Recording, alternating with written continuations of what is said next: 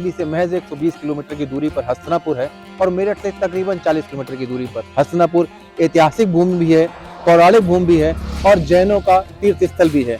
यानी आप एक दिन में कई सारे जगहों को एक्सप्लोर कर सकते हैं। जब आप हस्तिनापुर आएंगे तो हस्तिनापुर की कहानी महाभारत काल से जुड़ती है। और ये कहानी क्या है, कैसी है, पांडवों की कहानी, कौरवों की कहानी, इनमें क्या प्रासंगिकता है। हमारे साथ पंडित दिनेश शर्मा जी हैं। पंडित जी प्रणाम। पंडित जी ये बताइए कि महाभारत काल जो है वो हस्तिनापुर से कैसे विशेष है, क्या क्या उसका महत्व है, आप चलते चलते बता सकते हैं। मैं आपको प्राचीन जहाँ आप आए हैं जी ये पांडव का ही यहाँ पे ये महल थे। जी। ये पांडव टीला जो है यहाँ कभी पांडव के महल थे। और ये माँ गंगा के पला से तहस नहस हो गया था। अच्छा, माँ गंगा प्रलय आया था उसके बाद।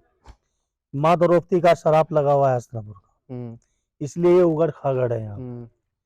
और जहाँ आप यहाँ खड़े हैं ये पांडव की कुल देवी हैं। प्राचीन जयंती माता शक्तिपीठ मंदिर पे आप खड़े हैं जी। ये पांडव की कुल देवी हैं। ये जो एरिया है इनका जो महल है हमारे गणितों में इतिहासों में जो लिखा हुआ था जी, जो सुना है, जो पढ़ा है, ये 425 एकड़ में है जी। 425 एकड़ का पूरा एरिया है जहाँ पे पांडव का महल बना हुआ था। महल बना हुआ जी, जो बसा हुआ है कौरव और पांडव जी। यानी कि 5 किलोमीटर लंबा और 5 किलोमीटर चौड़ा स्क्वायर में, यानी स्क्वायर में, इसलिए 425 एकड़ बोलते हैं। तो इनका 425 पूरी दुनिया में, पूरे वर्ल्ड में इनसे बड़ा महल और इससे बड़ा क्षेत्र नहीं था। अच्छा, किसी का महल नहीं था किसी राजा का। ये पांडवों का था। ये यहाँ माँ भगवती द्रौपदी का शराप लगा हुआ था। शराप ये इसलिए लगा हुआ था, द्रौपदी जो थी एक अग्नि से प्रकट थी, वो साक्षात देवी थी। जब पांडव जुए में हार गए थे जी, तो द्रौपदी को उन्होंने दाव पे लगा दिया था। तो कौरव ने जो है द्रौपदी को भी जीत लिया था। तो जो है दुशासन जब भी यहाँ से खींच के ले गया था बाल पकड़ के महल में वहां से। तो जब कोई बाल पकड़ के ले जा रहे थे, साड़ी पकड़ के, बाल पकड़ के, खींच के, तो उसने गुस्से में शराप दिया था कि यहाँ जितने भी सब बैठे हैं मेरी लाज पे आज हंस रहे हो, ये हस्तिनापुर सब तहस नहस हो जाएगा, यहाँ कोई नहीं रहेगा। आज वो ऐसी तहस नहस हुआ हो। हस्तिनापुर के अगले पड़ाव में जब आप आएंगे तो आप द्रौपदी घाट पे आएंगे। ये वो द्रौपदी घाट है। महाभारत कालीन महारानी द्रौपदी जो थी पांचाली जिनको कहा जाता है, तो वो यहीं पे इस कुंड में स्नान करती थी और स्नान करने के बाद वो अपने आराध्य महादेव के यहाँ पे पूजा अर्चना किया करती थी।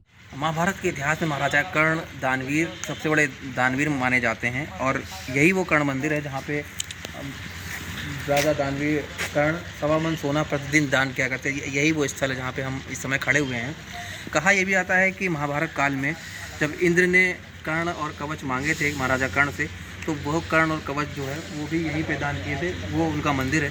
तो हस्तिनापुर की जब आप यात्रा पे आएँ तो कर्ण मंदिर के दर्शन भी ज़रूर करिएगा, क्योंकि ये महाभारत कालीन जो इतिहास है वो आपको यहाँ की हर बिल्डिंग में या कहें हर मंदिर में आपको नया देखने और समझने को मिलेगा। यहाँ का इतिहास महाभारत काल से जुड़ता है। कई सारी कहानियाँ हैं जो महाभारत काल से यहाँ पे जुड़ती हैं।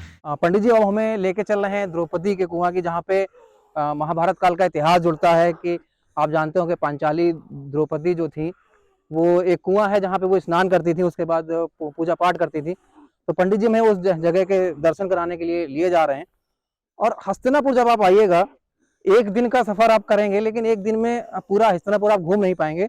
1-2 दिन का टाइम लेके आइएगा और चीजों को समझिएगा कि इतिहास कितना पौराणिक है और कितना महत्वपूर्ण है। ये महाभारत कालीन ये वो कुआं है जी, जहाँ पांडवों का महल था और महल के अंदर कुआं था और कुएं में ही यही वो कुआं है। ये इसी कुएं में ही और खास बात यह है कि पानी आज भी पानी पिया जाता था। पानी आज भी है। अक्सर जो है वो कुएं सूख जाते थे, लेकिन आज भी इस कुएं में पानी है। और ये कहानी बिल्कुल सच है, विश्वास मानिएगा। आप एक बार आइएगा हस्तिनापुर, जब आप देखेंगे बहुत सारी कहानियां हैं, बहुत सारे किस्से हैं और बहुत सारे वो अवशेष हैं जो आज भी गवाही देते हैं कि महाभारत काल का सीधा सा संबंध हस्तिनापुर से जुड़ता है। ये जो आप पंडित जी ने जैसे बताया है कि यहाँ पे जिक्र किया गया था अमृत कूप, पांडव महल है जहाँ पे स्वामी महल है, वहाँ पे मतलब महंत जी ने बनवाया था, उसका रिनोवेशन करवाया। हालांकि ये ग्रिल लगा दी गई है सुरक्षा के लिए, लेकिन ऐसे कई सारे अवशेष जो हैं वो आपको देखने, सुनने, समझने को मिलेंगे। और अभी आपको दिखाएं कि वहाँ पे भी पांडव टीला है, वहाँ पे खुदाई चल रही है, कई सारे अवशेष जो हैं वो निकले हैं। पुरातत्व विभाग की टीम, प्रशासन की टीम, सरकार जो है रेनोवेशन कराने में और नया पर्यटन स्थल जुटाने में काफ़ी मेहनत कर रही है। तो आने वाले दिनों में आपको यहाँ की भी तस्वीर कुछ अलग नज़र आएगी।